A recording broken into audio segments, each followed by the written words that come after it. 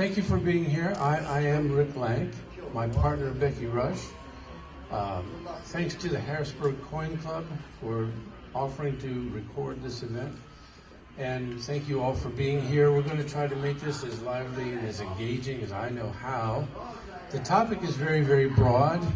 It's all about how the Civil War changed money and banking profoundly. I could talk to you for the next 3 hours. Somebody that already came here, and this gentleman here said, don't be offended if he walks out before that. I said, don't be offended if I walk out before that. So, that being said, we have to try to find a way to organize a lot of material, make it engaging, for people who may not care a whole lot about coins, maybe the trailing spouse at a big event like this. And we're also trying to make it somewhat entertaining for younger people. And so our booth over there has a lot of things that are not conventional for the Civil War. For example, fantasy coins that are being produced today that are sort of the great-great-great-grandchildren of the Civil War patriotic tokens. And my whole point is that we wanted to organize this in a way that would be as engaging as possible. I may not know everything. I may make a few little mistakes. I have so much content, I don't know where to begin or end sometimes. But we do call this whole talk No Small Change. And there's a double entendre. There are two meanings. I hope I can do this right. Here we go. The whole idea here is that, number one, the change was actually incredibly profound for the Civil War. I mean, we had no federal currency. We had no federal banking system before the war. Is that feedback for this thing? Can you tell? I hear a... That's the people next door. Oh, okay. Okay. All right. Well, anyway, the bottom line is, the other part of the no small change theme is that from the coin collector's point of view and from the economy's point of view, from 1861 through about 1863, there was literally no small change circulating in America. It was very hard to find pocket change. It was hard to find hard specie or cold hard cash. Now we're going to have 3 segments and possibly more, depending on time. We have the no small change segment. Becky will do a big segment called Talking Tokens, about the Civil War tokens that were basically replacing governmental currency when things got really tight. And the introduction of In God We Trust, which to this day is a controversy in the courts, all began with a very unusual letter, which I will read to you when the time comes, from a preacher here in Pennsylvania that ultimately made In God We Trust our national motto by 1956. And possibly the most entertaining part of this, and certainly not coin specific, but money specific, deals with hoards, hoaxes, and high hopes, and that deals with all the big chunks of money that have disappeared over the years, or people claim that the Confederacy left behind, and in some cases the North left behind phenomenal sums of money which have not been either validated or accounted for. So going back to what I said about the no small change routine, it was really tough to do business in 1861, 1862, and I actually did dig around in some old documents, letters from different soldiers back home that talked about how tough it was for them to buy a drink, or to gamble, or to do all the things that people like to do with good old-fashioned hard, cold cash. All right. I'm going to actually read you a couple of the letters, but let me just start. We always have to start off with a man walks into a bar story. I literally have several about guys that were fighting during the war, or in one case, kidnapped during the war. A Scotsman who was actually going on his honeymoon from New York down to Cuba, and a southern ship intercepted his boat, took him, threw him in jail, and as a foreign national, this is in Charleston, South Carolina, he was ultimately released and went out for a drink with a buddy. And this is what he had to say. What impressed me was the almost death-like solemn appearance of Charleston, South Carolina, and the entire absence of anything like business. Another thing that struck me was the almost entire absence of hard cash. One of my companions and I went into a bar to have a drink, and the only money we had was Spanish. my friend offered a gold coin or two to the bartender, who was ultimately bewildered by the coin, did not know how to value it, but was happy to take it. Being informed that it was worth $2.12 in Cuba, he offered $2.25 in paper change. Then a crowd gathered around, staring their eyes out of their heads at the novelty of the sight of gold, and many of them seemed really anxious to be the possessors. We saw no small change except pieces of paper which certified that they are good for 5 cents, 10 cents, a free drink. Anyway, this guy ultimately went back to Cuba, and he just had a wad of paper in his pocket and a couple drinks. The next story, I'm going to go for one more kind of a stepping into a bar situation here in Maryland, and then I'll go to Gettysburg. But in Hancock, Maryland, I don't know if you guys have any idea where that is, but it's in the western part of the state. It's along the National Pike. It was very popular during the Civil War.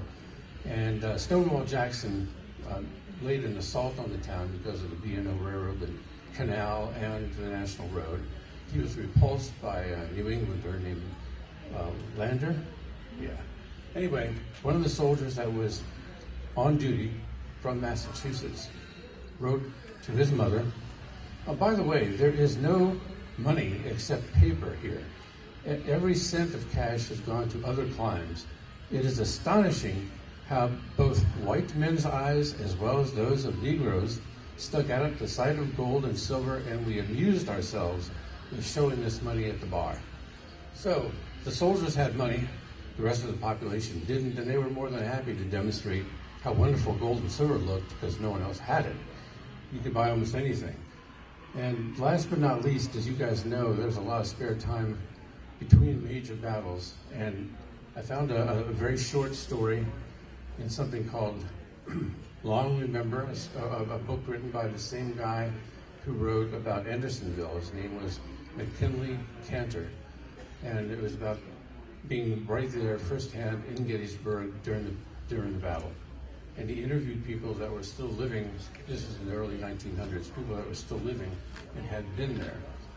And he wrote, "The boys, or the soldiers, biding time in Gettysburg are playing a great deal of bluff, a card game, but no one has much money, and most of the betting is done in paper currency, fractions at that.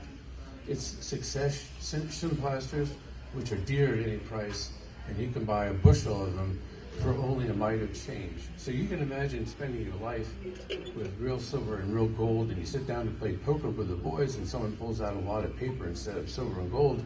You weren't particularly happy, and people had to get used to the fact that nobody had much change. So the government, as you guys already know, since you're coin collectors, came up with fractional currency, which people circulated by 1862, 63. And then there were a lot of private tokens, which were non-governmental issued money. 25 million or so of these coins were circulated from 1862 to the time that they were outlawed in 1864. Okay, that's the bar. Okay, this is a page in which I can spend an hour on each topic that I have listed here, and I will spare you of all that. But the Civil War wrought enormous changes which you and I live with to this day, and you may not know it. For example, we have a United States banking system, a monetary system, which was created in 1863 with the National Bank Act. It was intended to be a wartime measure, and it lasted until this day. I mean, paper money was never intended to last forever, but it did.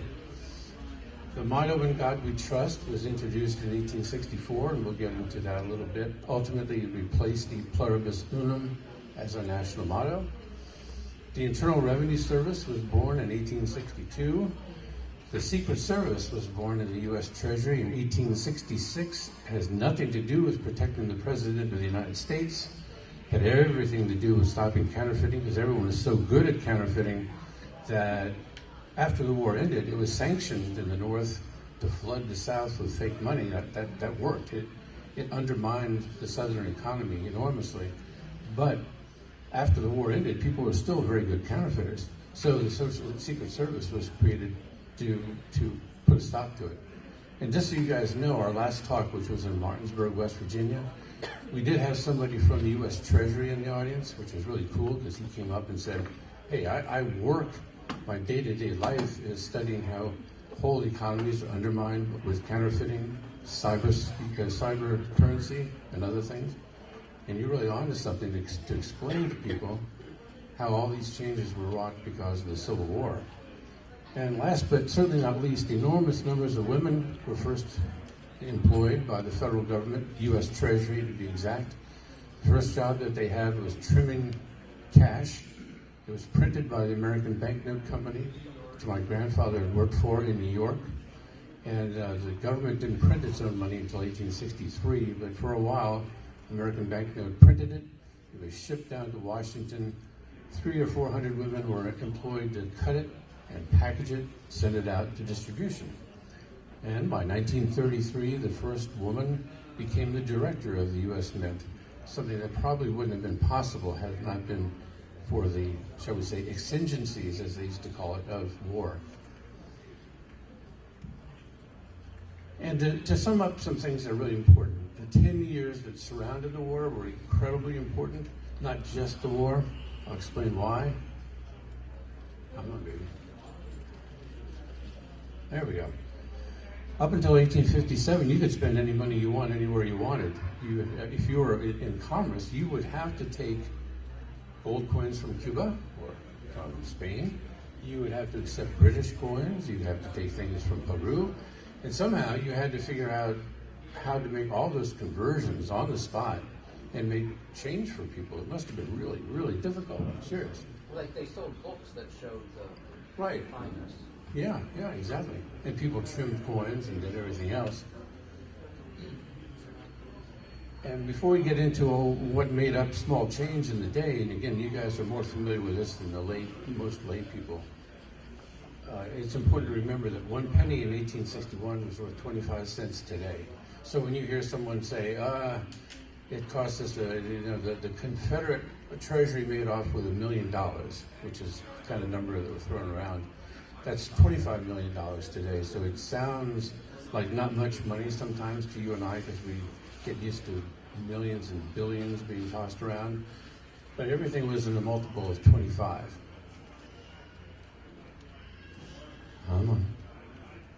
So we'll spend just a couple of minutes with the real fundamentals, things that, again, coin collectors know all about, but the average person on the street who has never seen a mercury dime may find a 3-cent piece and a 2-cent piece rather unusual. First of all, the big, large cents were outlawed in 1857 too, but the thing that set us up for a big token business was those coins were 1 cent worth of copper. And then when we went to the Flying Eagle cent in 1856 to 1858 and then to the Indian head penny, it was 0.2 of a cent of copper. So, yeah, those things were big and they were clumsy. They were bigger than a quarter. They probably the weight of 1.5 quarters. Yeah, that's true. But it really represented 1 cent. Even as melt value, it was a penny. When it became 0.2 of a cent, what the very creative die sinkers and private minters discovered was you could make a coin for 0.2 of a cent, sell it to a merchant for 0.9 of a cent. The merchant would then in turn use it in change to bring people into his store for a full penny. The merchant certainly finally had some small change to work with, yeah, that's true. But those die sinkers, those individual guys and gals that made the money, which was legal until 1864, you could print your own money and make 0.7 of a cent on each one of those coins that went out your door. That was not bad money, a lot better than the mint was making at the time. The 2-cent piece, of course, came into being in 1864, and that was the first time that "In God We Trust" appeared on a coin. We'll get into more of that later. There's a lot more to it than just the coin and the motto. The 3-cent piece was silver. It was a beautiful little coin. It was called a trine. It was also called a fish scale because it was so tiny, and it was silver, and it looked like a fish scale, literally did. Then a nickel 3-cent piece was added, and I wanted to interject since our companion here has brought up nickel. I don't know if you guys have heard of the Wharton School of Business. It was founded by Joe Walton. Wharton, I'm sorry. Wharton was quite an entrepreneur. He was here in Pennsylvania. He bought a failing nickel mine. It was on its last legs. And of course, he had made money through the Bethlehem Iron Company. It didn't become the Bethlehem Steel Company until he mastered the art of smelting nickel. But this guy was very creative. He bought this failing mine in 1862. And by 1866, he had convinced the U.S. Mint to start using nickel as opposed to silver, because silver was so scarce. So we had a silver 3-cent piece, and we had a nickel 3-cent piece circulating at the same time. And ultimately, 1866, they introduced the real nickel, and this guy made millions by selling nickel to the United States Mint. And then ultimately, he created this great steel by adding nickel to the mix, and the Bethlehem Iron Works became the Bethlehem Steel Company, and this guy became a billionaire 10 times over. But very humble beginnings, but he was the guy that sold nickel to the U.S. Mint. There was a half dime, which was around since the beginning of the Philadelphia Mint. 5-cent piece introduced in 1866, and those two coexisted at the same time. So you're walking around in your pocket, you had a little 3-cent piece made of silver, you had a 3-cent piece made out of nickel, you had a half dime, and you had a nickel. So there's some very peculiar little dynamics that work. At least you didn't have to accept all that foreign money anymore. If you really had money, you had gold pieces, both from San Francisco at that point, Dahlonega, Charlotte, and Philadelphia. Now, in terms of printed money, I have a great fondness for printing money. As I mentioned to a couple of people, my grandfather worked for the American Banknote Company in New York, and so he taught me at a young age to appreciate all that incredible graphic capability. But up until that time of the Civil War, there were 8,000 different kinds of notes circulating, none of which were printed by Uncle Sam. So there was state money, municipal money, canal, railroad. Anybody who had a printing press almost could print their own money. And as I mentioned to you before, the intention of the treasurer at that time, Salmon Chase, he and the politicians that passed the National Bank Act had only intended this to be a temporary wartime measure, and it ultimately remained. So when I talked to this guy from the Treasury, he made the very wise comment. He said, once a government institutes a new program or a new plan and creates a bureaucracy around it, it doesn't go away. It'll never go away. So we still have paper money folding in our pockets thanks to the Civil War. Oh, and scrip. I mean, everybody in Uncle could produce a certain amount of scrip. This is by the Confederate States of America. This is for quartermasters in order to pay the railroads that move things like military equipment and supplies and men all around the South. You have your wonderful steam engine, and you have the Mississippi boat paddling away out there on the Mississippi River. Anyway, the bottom line is it's promising the railroad to pay them a certain amount of money in 1862. I'm trying to figure out how much here. From Macon, Georgia to Richmond, Virginia, and they're more than happy to pay them someday, somehow. Yeah, I can't even tell you how much and when and where. But anyway, I'm sure they never really got their money. But anyway, there's a lot of paper that was being circulated at the time. And oh, by the way, while the South had to produce a lot of money, the Southern government never took on the job of printing its own money. It was done by a company called Evans and Cogswell out of Charleston and ultimately Columbia. And I just wanted to digress for a minute about that. They were also excellent printers. Evans and Cogswell, probably almost every bit as good as American Banknote Company. But here's the ironic part. I have a bigger talk about all the mints that I'm not going to get into now. But bottom line is, little Charleston was being shelled quite a bit, and they felt that the town was no longer very secure. Sherman was on the way down to Atlanta. Things didn't look too good. So they decided in 1864 to build a new wonderful plant in Columbia, South Carolina. And they thought this was going to be nice and secure. It was 100 so miles inland away from Charleston. And by February of 1865, 70,000 Union troops showed up in Columbia, South Carolina. It was their least favorite town because it was where the Confederacy basically began. And as you guys probably know, they burned most of the combination of the South and North. Columbia was burned to the ground, and the entire Evans and Cogswell plant went burned to the ground. So I find it rather ironic that they decided to move out there because it would be so much more secure than Charleston. And within a year, it burned. And of course, at that point, the money wasn't worth anything anyway. So the South was literally lighting up bales of cash to well, as you guys probably know, sometimes in the face of an advancing army, you destroy your assets before the other army gets to possess them. You destroy ships, you destroy anything that might be of value to the enemy. So most people speculate that the South actually set fire to Evans and Cogswell, the plant, but the money didn't have any value, maybe 2 cents on the dollar. The printing equipment had value. Yeah, someone probably heisted that along the way. Now, I'm setting up a talk for Becky now, but the tokens really became an incredibly important part of our economy for a couple of years, and they're really beautiful. Now, I happen to love this one. Good for a cent. Anyway, I found that same token on the internet before we came here, and the asking price was $1,000. That really surprised me. Not a lot of them get to that kind of price. I'm not going to buy it right now. I'm happy to look at the slide. So we have many more to share with you. So go ahead, Beck. Come on up, and I'll get out of the way.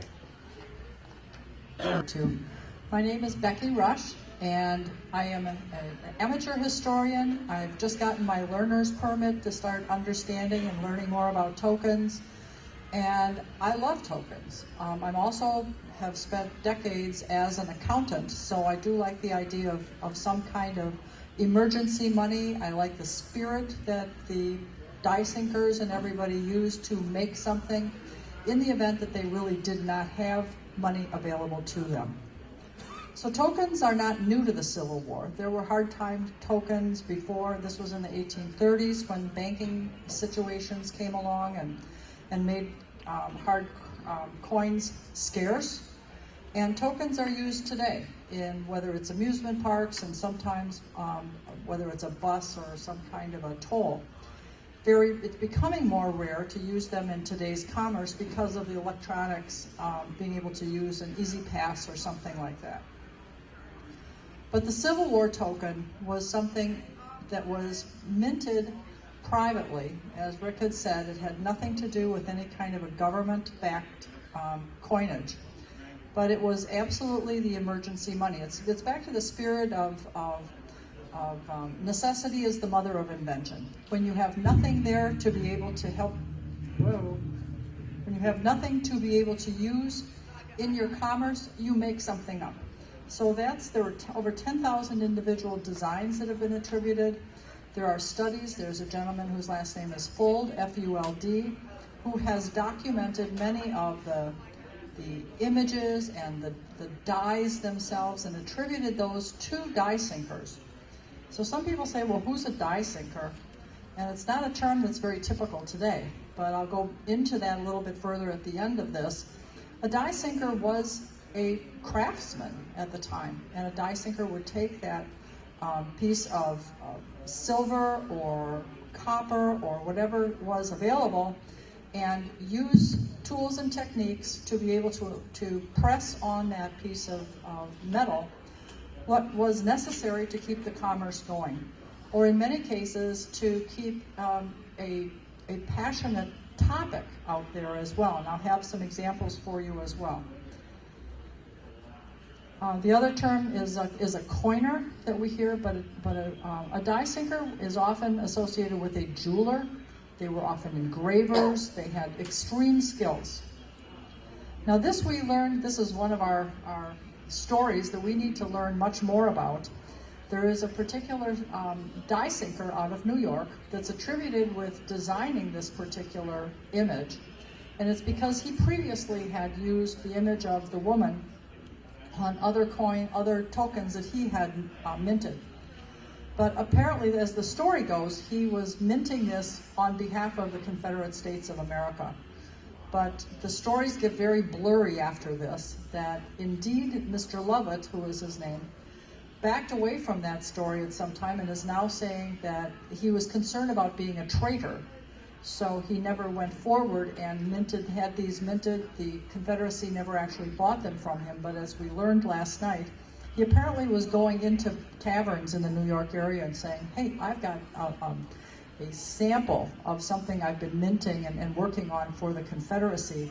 Do you want to buy a couple? And so people were buying them from him as kind of souvenirs. He had said, I only minted 12 samples.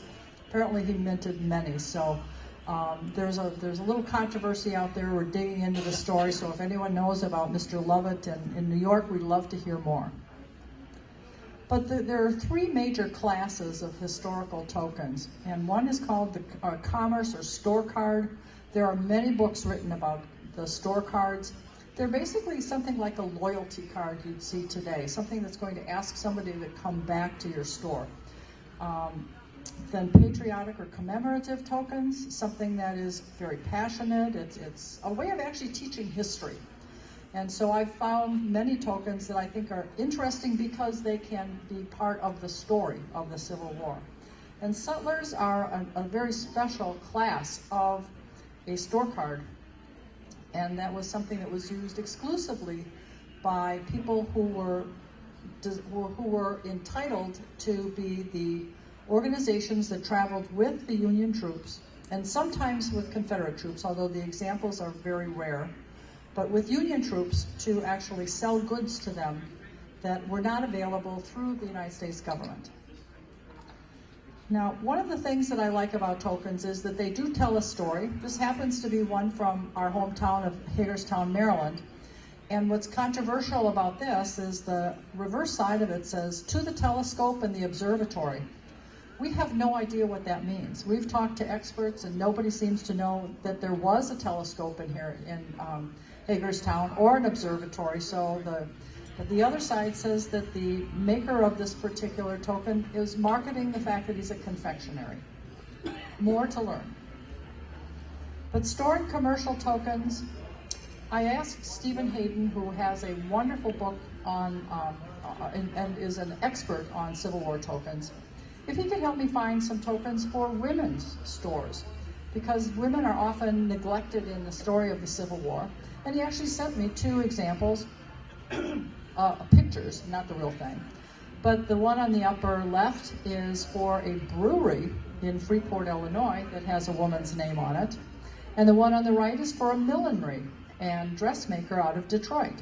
So the model there would be that the person who had the millinery would have given this as change to somebody who had been at the store, and that's basically the invitation to come on back and keep going and spending your money at this particular dressmaker.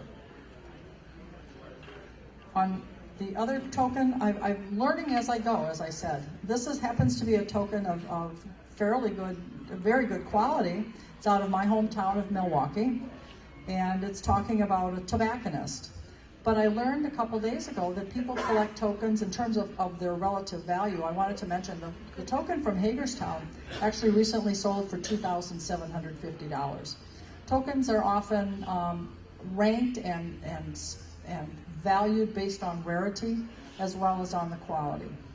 But I cannot tell you much more about the Hagerstown one, but I can tell you that this particular token has been actively collected because people like to, just like with coins, they collect based on a suite of either dates or something else. And a particular collector is saying, I only collect tokens that have horses on them. So that's kind of an interesting side of how you might want to get involved in collecting tokens. On the expressive tokens, these are points of passion where somebody is saying, millions have been spent on defense and not 1 cent is going to tribute, to pay. There are others for asking for tribute for the widows and where people are feeling that the population has been somehow maligned by the war, which of course they have been. The all-seeing eye of God was an Oddfellows token that it started out as a token more like a medallion, something that is proof of one's organization, and yet it has a lot of symbolism in it. It's a beautiful piece. patriotic tokens, those are the ones that tell the story of time and place. It's very common to see an Army and Navy token. The two on the top right are both Army and Navy tokens. They are attributed to two different die sinkers, two different designers. The leaflet around the outside in each one is a little different. And standing out even further is what I'm pointing at on the far right side, which is a little star in the middle of the wreath. And that's a design element that's attributed to a die sinker out of New York named Emil Siegel. And his name is relevant for the next slide. There was a battle, the Battle of Pea Ridge in Arkansas in March of 1862. And the general that happened to win that particular battle was Franz Siegel. And guess who his brother is? His brother was the die sinker out of New York who said, wow, my brother really did some great stuff. I'm going to produce a token on his behalf, and which is what he did. It's another horse you could collect too.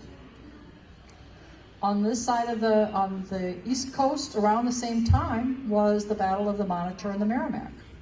The coin that you see on the right, or the token, is our little monitor. And it's absolutely exquisite. We've seen close-up pictures of it. Again, we do not own this, but it's a beautiful token, and it commemorates a particular battle that was happening at the same time that the Battle of Pea Ridge was happening. So it's a matter of teaching American history in a way that has some graphics associated with it. Now, everybody asks, well, what about the Confederacy? Most of the tokens were made in the Midwest. Cincinnati was one of the largest token makers, die sinkers. Many were made out of New York, Detroit, and my hometown of Milwaukee. In the South, you can see that the tokens were made, but they're much less fancy. They're very functional. Sutler tokens and Sutler scrip. I don't have examples of the scrip up here, but a sutler was that traveling PX that went along with the troops and sold the things that, say, paper, pencils, whatever, a shirt. They could charge whatever they wanted, and their market was that they were taking the gold or the silver that was the pay to the soldier, and that is how they got paid. And back to the so-called loyalty concept, their change back to the soldier was their own token. So this is how the cash kept flowing in areas where there really were no other choices for how a soldier would be able to obtain some of the goods that were being sold out in the middle of nowhere. These were not fancy places. It was very harsh. And I just have a list of many of the units that were, the regiments that were at Gettysburg that had tokens, sutlers assigned to them. But I see tokens today as art. I see tokens today as a means of telling history. The one on the left, guess what? Milwaukee and beer. You'd never guess that, right? But the one on the right is about a bee, a honeymaker. But die sinkers made more than tokens for commerce. They also got involved in making military tags. There was no such thing as an ID tag, or what we know today as a dog tag. So many of the soldiers who were particularly concerned that they would die on the field and not be able to get back, their bodies would not be able to be properly claimed, would actually either deface a coin, as I'll show you on this one. They defaced the back of a coin and had a sutler or die sinker put their contact information on the back of the real coin. They used it as their own talisman. I'm not going to go into what tokens were made of, but they were made of whatever somebody could find that was available, what jewelers would use, the white metals, the nickel, copper combinations. But in 1864, the federal government said no more tokens. And so an amendment was made and tokens were forbidden. But we're seeing now kind of a renaissance of the use of tokens and making tokens. And they're legal under the Hobby Protection Act. If they don't look like U.S. coinage and they're not used in commerce or trying to replace coins, they are legal. If they look too much like U.S. coins, then they have to have the word copy on them. But we're not seeing many that look like coins. What we're seeing is truly a fantasy coin, or something that is that's It's just something that would be more of a medallion or memorabilia from an event. Intangibles, we're just starting to understand a little bit about things like cryptocurrency and bitcoins, which, as I understand, there really is no there, but there's going to be more to come. Shepherdstown, West Virginia, we have met with a gentleman who actually runs an original little die sinking place. And so he is engaged by many people to design and mint their own tokens. This is just an example of some of the craft that he is involved with. And we've corresponded with a gentleman up in Canada who actually designs the tokens that can be used, let's say, to commemorate a wedding or a special event. And he actually comes to your event with a sledgehammer and brings the blanks, but he has made the dies. So you and all your friends can make your own tokens by whacking that thing using the sledgehammer that he brings along. Makes it very personal. Now over at our table, we also have some examples of collectible and tradable tokens that are being produced by a company called Shire Post Mint. I am not a person that is all that familiar with Game of Thrones and Harry Potter and things, but they've actually invented coins that would look like the coinage that might have been used in these books. So it's kind of fun, and we're finding that kids kind of get involved in this, and they are used to thinking in terms of, you know, five moon coins are equal to some other kind of denomination that is useful if you're a Harry Potter fan. So on that, I said this is a token of our appreciation. I'm going to turn it back to Rick, who will finish this up. This will have a little controversy for you. I have some really interesting quotes throughout time about "In God We Trust." Of course, "E pluribus unum," which means "out of many one," was our original motto, and it was beloved by our founding fathers. And "In God We Trust," as you guys probably know, was due to they claim one letter, I'll say probably many letters, that flooded into the U.S. Treasury, appealing to our leaders to put the word God in some form, fashion on the coinage. Now, our founding fathers did not want to have the state and the church intermingled, and that's why there was some resistance. But a lot of people just simply think this particular pastor had simply asked Secretary Chase to add the word God in some fashion, and in some ways that's partially true. But I do want you guys, I would like to introduce you to the full story. Okay, I don't even know where Ridleyville, Pennsylvania is, and you taught me, Ray, that there are a lot of people, a lot of little towns that existed in 1861 that don't exist today. Is that a fair statement? Yeah? Okay, cool. So if anybody knows where Ridleyville, Pennsylvania is, I'd love to know. Bottom line is, that gentleman wrote a letter. His name was Watkinson, and I want to read to you with a little bit of dramatic flair what he really said, because he felt, among other things, that our coinage was far too pagan. It was all based on the Roman Empire, and you can clearly see, for example, I pulled up a coin of Fortuna, or the goddess of fortune, good fortune, from the Roman Republic. Our goddess of liberty, which is on the so-called liberty-seated coin, is obviously derived from a Roman goddess. I have no problem no contest with that. But he wanted to go a little bit further. So, if you'll allow me, the actual letter that he wrote in part said, what I propose, I'm skipping somewhat here. What I propose, instead of the goddess of liberty, we shall have next inside 13 stars a ring inscribed with the words perpetual union. Within that ring, the all-seeing eye, which I will now show you. Ba-bum. There is the all-seeing eye. That's what our coins would look like. As you guys also know, it's a symbol of the Masons, which had an interesting history during the war. Crowned with a halo, beneath this eye would be the American flag, bearing in its field stars equal to the number of states united, which means leaving out the South. In the folds of the bars, the words God, liberty, and law. This would make a beautiful coin to which no possible citizen could object. This would relieve us from the ignominy of heathenism. This would place us openly under the divine protection we have personally claimed. From my hearth, I have felt our national shame in disowning God as not the least of our national disasters. So, I just want to let you guys know that he went a lot further in his proposition to the Treasury Department than just saying, hey, please put the word God on our coins. He just wanted none of this goddess of this and goddess of that, and none of this this Roman Empire stuff. So I just wanted you to know that, because it made a huge difference as to what ultimately came down the pike.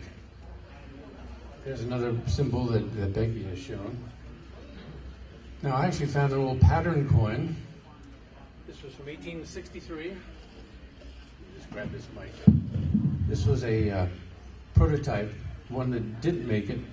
This one said, God in our country. It has, I presume, George Washington on it, date 1863. But the back is essentially the same as the 2-cent piece that ultimately went through. Now, this is a really interesting coin. I happen to own it, and you guys can look at it if you want. And I found it at an auction. Someone thought it was a toy. I mean, a game piece. It looked like a game piece, like 25 cents. You can play a game of Monopoly. But I found it in some rare coin books and said it's actually an Abe Lincoln 1864 coin that was to help advance his campaign. And it has, unlike any other coin or medallion at its time, in God we trust. 25 cents, 25 anniversary, 25 something, I have no idea. But the bottom line is, it's an unusual coin, it's a little bit crude, it's certainly not from the US Mint. No one claims it as a pattern coin, but there's the only other place you can find In God We Trust in 1864. Now here's the one, of course, that made it through the US Mint. It took 2 years from the time that the letter was written. It turns out that during Andrew Jackson's time, which is the 1830s, that if you wanted to change any design element in a U.S. coin, it had to be approved by the United States Congress. That itself took 2 years. I mean, the war could have been over by the time someone got some of these things approved. But that's the way that initial coin looked. Not just Jackson's time, even No, today. right. Unless they give the Secretary of Treasury permission, Right. which they've done in some things, Right. everything has to go through Congress. Gotcha. All right. Well, I mean, the law stayed on the books. You're absolutely right. I mean, it began then, but it's been in perpetuity. You're right. Same thing here with the new 5-cent piece, the In God We Trust, across the top. Now, it'll get interesting because it basically kind of trundled along, was used on coins, not currency, until 1907, when a president by the name of Teddy Roosevelt came into office, and he absolutely hated the idea of having In God We Trust on our coins. Now, it's not for any reason that you might think, but he said no law commands its use, which is true. He also felt, well, I'll read you his exact words.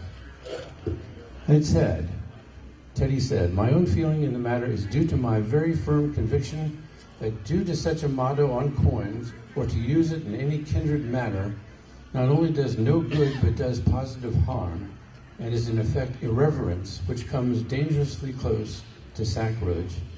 It is a motto which indeed is well to have inscribed on our great national monuments, in our temples of justice, in our legislative halls, blah, blah, blah, blah, blah, blah. However, to use it on coins would be to cheapen it, or to use it on postage stamps or in advertisements. Teddy Roosevelt. So I just want you to know that. I'm not reading this to give you any kind of editorial opinion. I just want to let you know that Teddy was not, how do I put it? He was not insensitive to the issue. He thought it should be on our great monuments, but not on coinage, not part of commerce. Okay, hold on. Come on. Back. There. Now, it just so happens that Teddy Roosevelt was a friend of St. Gaudens, who, of course, designed, among other things, that extraordinary coin right there. But in 1907, in this little blank space right here, that's where In God We Trust was returned in 1908. So Roosevelt lost the battle with the Congress to have the phrase in there. So it was gone for just 1 year. But St. Gaudens, what did he say here? He said it was a knuckle-headed motto. That was his exact phrase. And then I'm not as much of a coin collector as probably some of you guys, but apparently there was a famous coin collector, the king of coin collectors during Roosevelt's era. His name was H.O. Granberg. Does that name mean anything to anybody? Okay, good. He was in Wisconsin, Oshkosh, and he was a friend of the president's, and he had no patience, quote unquote, for people who wanted "In God We Trust" on the coins. Don't ask me how people got all rolled up about it in that particular period, but that's what happened. Also, Teddy disliked our barberhead coins and our common coin, and she thought it was very dull, very boring. He loved the ancient Greek coins with extremely high relief. Yeah, sorry. Of course, as you can see with this well-worn coin, it didn't take much for barber coins to become almost two-dimensional in terms of its circulation. Okay, there's a St. Gaudens. And there's the famous $20 gold piece. And the very first 12,000 double eagles were struck in a high ultra relief, just the way Roosevelt liked them. But the U.S. Mint said, Jesus, this is awfully difficult to do. We're wearing out our equipment, our dies in no time flat. So unfortunately, that first 12,000 was the only 12,000 done in high relief. And I understand the Mint later on, much later on, 80 years later, created some more. Now there are several court cases to this day that have been fought over the motto. As far north as Minnesota and far south as Alabama, so it's not a northern thing or a southern thing, where people have been voting in the Senate, the state Senate, whether or not people should be allowed to continue to use "In God We Trust," even voluntarily in public buildings.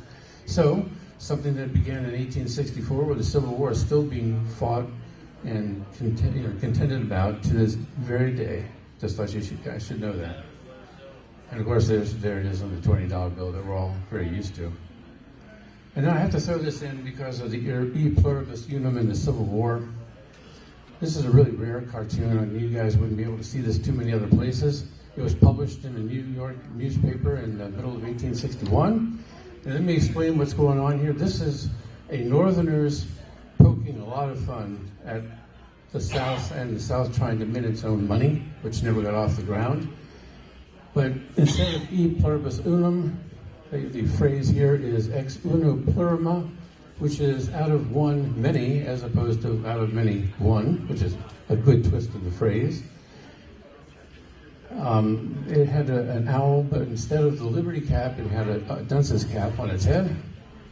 And this was considered to be the altar of the Confederacy, and is supported by a slave and a bale of cotton. Date is 1861. Here, we have a Southern plantation owner pointing a gun at the head of a New York banker who's coming to collect some money. And the phrase here is, "Oh, ever, pay never."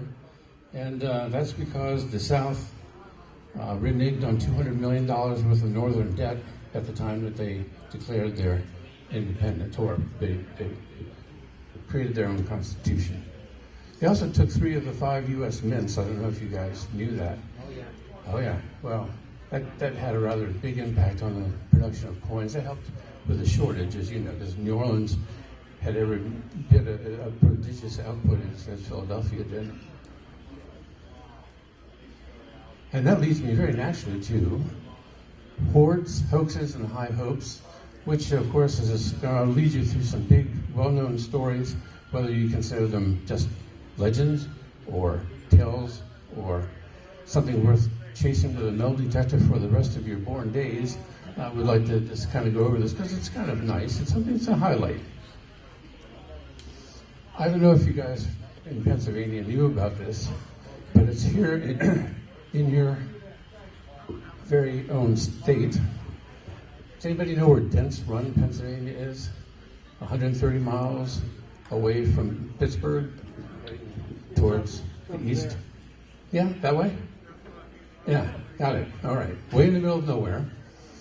Anyway, this is a legitimate story because the FBI got involved in it just last year. But I'll get into it for you. Not the South, but the North lost $54 million worth of gold that was making its way from Wheeling, West Virginia to Harrisburg, and from Harrisburg it was supposed to go to the Mint in Philadelphia at the very same time that the Battle of Gettysburg broke out. And there are some people who postulate that Lee was actually coming into Pennsylvania to get a hold of the gold that he had learned about rather than trying to buy some shoes in Gettysburg. Then there's a lot of stories, and some are, decent accounts, some are not, but what happened to all the money that left on the treasure train from Richmond when Richmond fell? It was not only the Confederate States of America, but it was also all the banks in Richmond. And then the story of the SS Republic, which is loaded with treasure, heading from New York back to New Orleans right after the war with coins that were minted in New Orleans, and somehow the North had gotten them out of the South after the fall of New Orleans. But anyway, it's a good story, so I'll go over it very quickly for you. And just so you know, this is the way I look at treasure, and you guys may have a different opinion. It all deals with currency or bullion. There are lots of small caches, which means people put their money into a jar or a box, and they buried it in the garden when an army was coming. It was very common to do that, or this family silverware. But, you and I could probably make a few $1,000s if we ever found this kind of thing by chance, but it wasn't a hoard. Large troves of wealth. There are many stories about people who were well-to-do in the South, and when Sherman was coming, they had no choice but to try to strategically hide all this money, not just on their property, but far away. But then, of course, they had to leave town. They died. The slaves ran away, whatever it may be, and they forgot where the money was. Payrolls in the North and South were lost, and there are many accounts of money that's missing that way. The legends of the Confederate treasury, of course, now the curse of the Confederate gold with Marty Laguna and everybody who did the Oak Island thing is making a lot of noise. I'm not going to talk about that, but they believe all the Confederate money, such as it was, is now at the bottom of Lake Michigan. I have no idea. These guys are so good at coming up with stories and filming them for 20 years. They made plenty of money doing the show. I don't know if anyone ever is going to find anything. And of course, the sunken treasure, the SS Republic had 50,000 silver dollars and gold coins, all struck in New Orleans. They were the half dollars, and then there were $20 gold pieces, again, all struck in New Orleans. It recovered in 2003. Okay, from the Pittsburgh Post-Gazette. $54 million in lost gold bars from the Civil War may have been found in Dent's Run, Pennsylvania. This was just last year. And in Savannah, treasure hunters challenged the FBI over a dig for Civil War gold. Treasure hunters say that the Civil War bullion lies buried, but the FBI cordoned off the area and said they can't come in. FBI is on the scene where legendary Civil War treasure of $54 million in gold may be buried. It's a hell of a story. You guys really should see it. These guys spent 20 years of their lives. I think they called themselves treasure. What is that, Becky? Can you remember the story of those guys? Okay, it's a father and son. Finders keepers. That's it. Finders keepers. They invested $20,000 in their own metal detecting equipment and ground-penetrating radar, and they followed every story. And they claimed they saw a huge mass buried at 8 feet. They had to report it to the state of Pennsylvania, is on state land. And they asked for permission to dig it up. The state said, gee whiz, let's think about it for a minute. Somebody closes the door, calls the FBI. The FBI shows up on the scene, cordons it off, tells people they can't come on. They said 5 SUVs showed up, 2, what do they call those trucks that from Brinks, armored cars, and a couple porta potties, and spent several days in the woods and Dent's Run. And then after that, they didn't report to anybody if they found the $54 million, but I think they probably did. It would be federal property. It was in a wagon train, again with 8 men going from Wheeling, West Virginia to Harrisburg to the Philadelphia Mint, and it disappeared in the middle of summer at the same time that Gettysburg took place. And they did find 8 human skeletons in the area in the 1870s. when people were trying to locate the money. And we came up with lots of stories for the West Virginia program in Logan County, Hardee County, Morgan County, Jefferson County, all kinds of things. There are books like this one, Buried Treasures of the South. It's not going to be hard reading. It's just a lot of stories about money that may just be missing on these different properties. And I would be remiss if before I go on to the next story, I plowed through Shadow of the Sentinel. I don't know if you guys ever read this book, but it does deal with the Southern missing money. It's a good book. Some poor guy has been chasing this, he thinks, vast sum of money, which he claims is now buried on the Bureau of Mines and what is the other name for that? Big federal agency in the West. Okay, bottom line is... It's part of the Department of Interior. Yeah, you're right. Bureau of Land Management? Yeah, Bureau of Land Management. So now he can't get to it, but he's sure it's out there. One man's quest to find the hidden treasure of the Confederacy. Okay. Now, I'm not going to purport to say it's true or not, but I've read the book. Now, when Richmond fell in April 2nd, 1865, Jefferson Davis was informed that Lee's defenses had fallen and that the Union Army was going to be in Richmond in a day or so. And they claimed this is the train that he hopped onto. And they filled all the cars with as much paper and documentation as they could from the CSA and then all the private banks in Richmond. And they headed to Danville, and right after they got to Danville, the Union Army destroyed the bridge, so that was literally the last train to Danville. And it got so bad as they were trying to go south, General Sherman had torn up so much of the rails down in the South Carolina, North Carolina area that they had to stop the train, put everything onto wagons, and make their way further south, making it basically to a place called Washington, Georgia.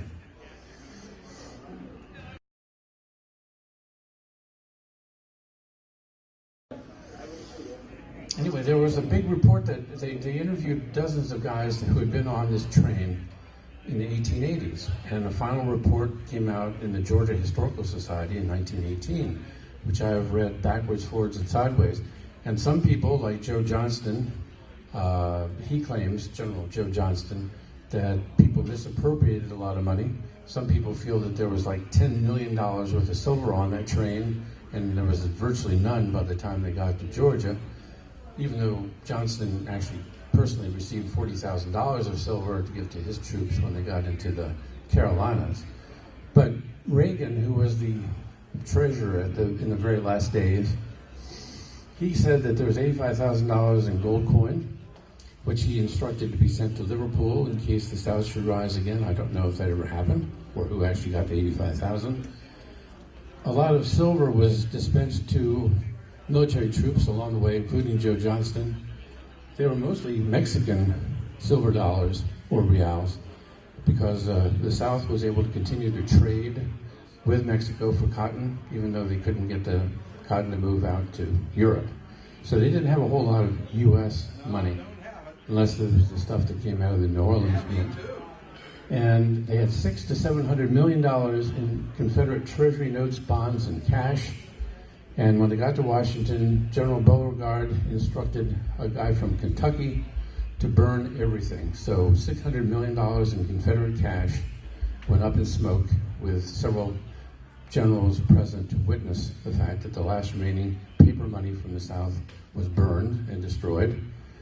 And an 18,000 pound sterling note in London acceptances, only payable in London if the South produced something, and I do not know what.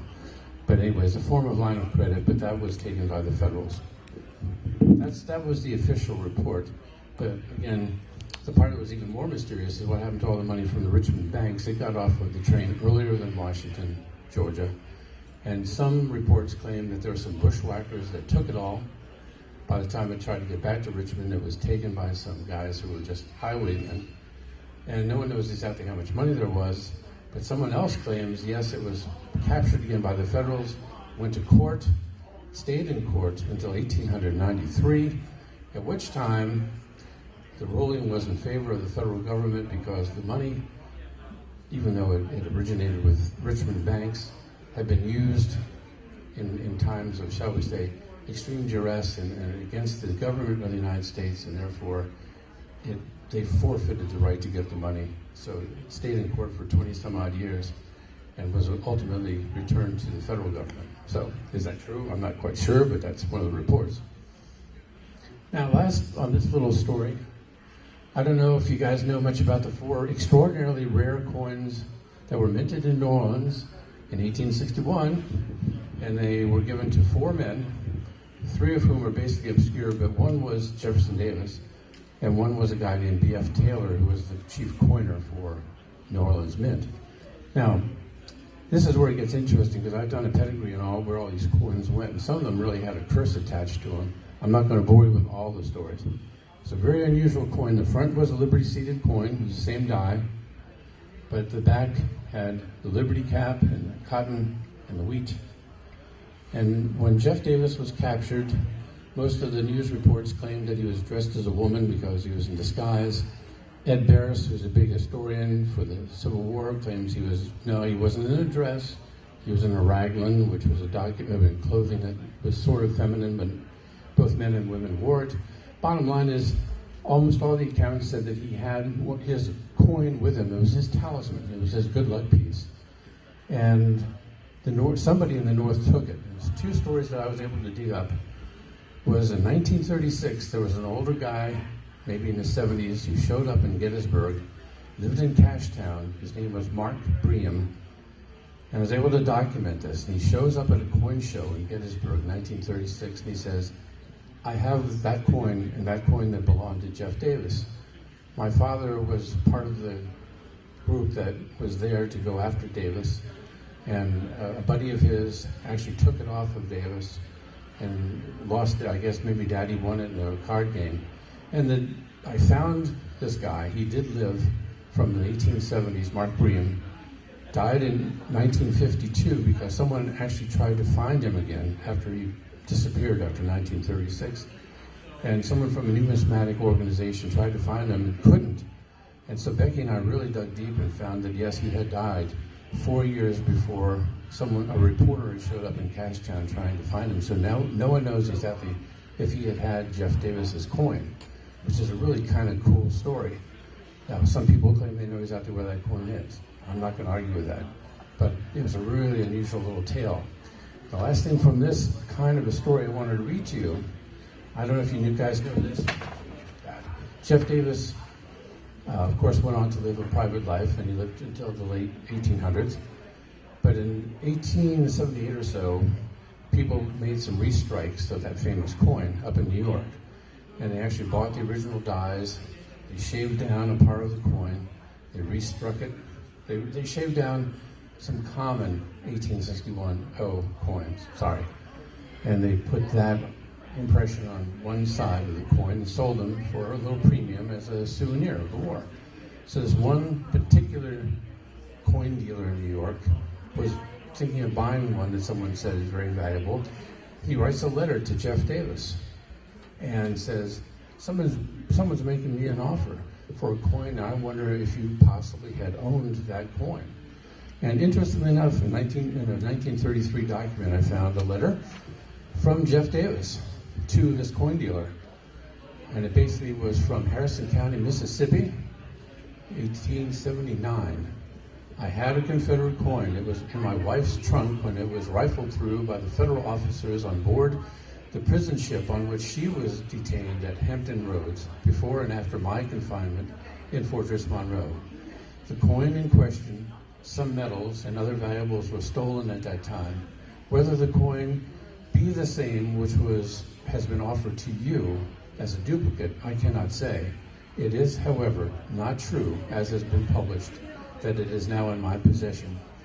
Regretting that I cannot give you a more accurate information on this particular subject of your inquiry, I remain respectfully yours, Jefferson Davis, which is a really touching little letter, very well written, and he acknowledges that his talisman was taken. He claims it was in the possession of his wife. The Union troops claim it was on his personal body. But anyway, that's the scoop about that coin, which I find really, really interesting. Jumping ahead to the SS Republic, which was, it sank off of Savannah, Georgia, heading south. October 1865, 1,700 feet of water. Recovered in 2003. Little crab walking along the bottom here. But there's about, I don't know, 200 or 300 of the silver $half from New Orleans at the bottom of the sea.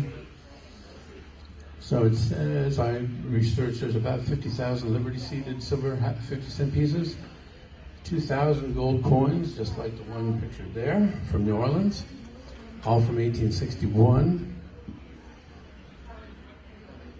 At the Gettysburg Coin Show, I actually met somebody who had one of these coins.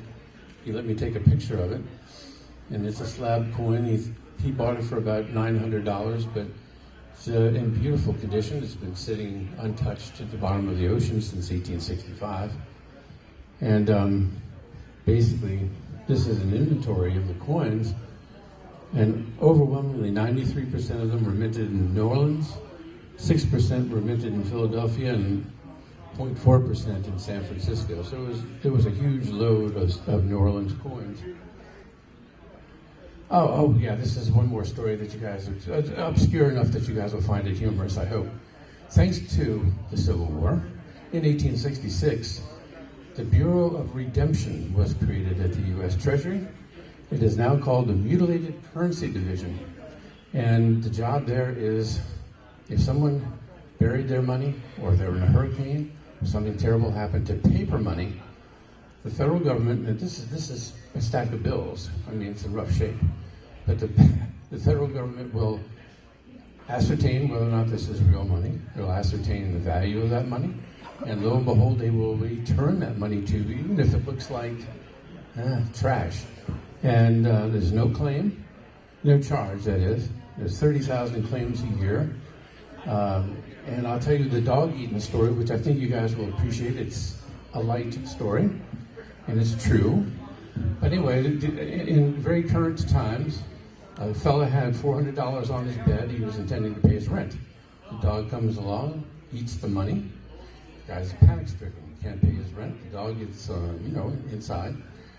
So the next day, he literally walks around in the yard and picks up everything that the dog produces and leaves in the yard, puts it in a nice plastic bag, sends it to the United States Treasury, Department of Redemption, and some lucky federal employee gets to go through dog poop for the day, and they found all these little fragments of $20 bills, ascertained that there was indeed $400 there, sent him a check for $400, and he can thank the Civil War, the guys that went through the Civil War who created the Mutilated Currency Division at the United States Treasury. So that's one more legend of the Civil War. So if your dog ever eats your rent money, hey, you can thank the Civil War for getting it redeemed. So we have a big display over there. Has a lot of different kinds of coins, things from the Civil War and fantasy coins and such. We are selling a book, which we're going to have done by September, called Money, Mayhem, and Might. And we will be at the Harrisburg Coin Show. They're right next to us.